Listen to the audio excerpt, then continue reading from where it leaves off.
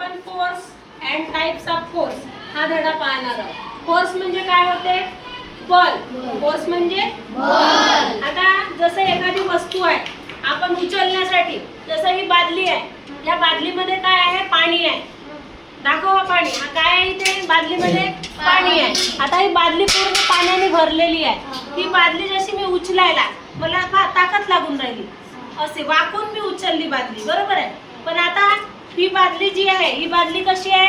अर्धी आहे. अर्धी आहे आणि मी हिला सरळ उचलू शकतो. अशी सरळ उचलली म्हणजे फोर्स काय लागला? हिला कमी लागला. आणि या बादलीला उचलायला मला असा खाली वाकावं लागून राहिलं, असं खाली वाकून मी अशी उचलत आहे, म्हणून हिला फोर्स काय लागला? जास्त लागला.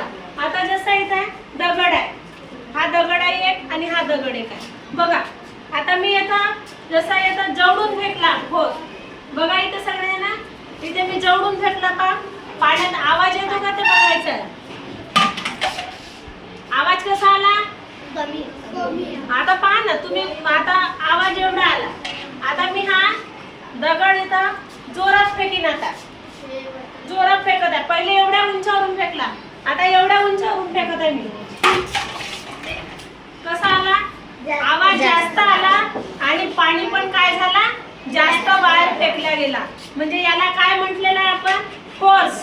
काय म्हटलेलं आहे? फोर्स. म्हणजे जास्त उंचावरून वस्तू जर त्या पाण्यामध्ये पडलाय हा दगड, तर त्या पाण्याचा जेवढा फोर्स असेल याचा जास्त, त्या फोर्सनी पाणी बाहेर काय झाला? उडाला.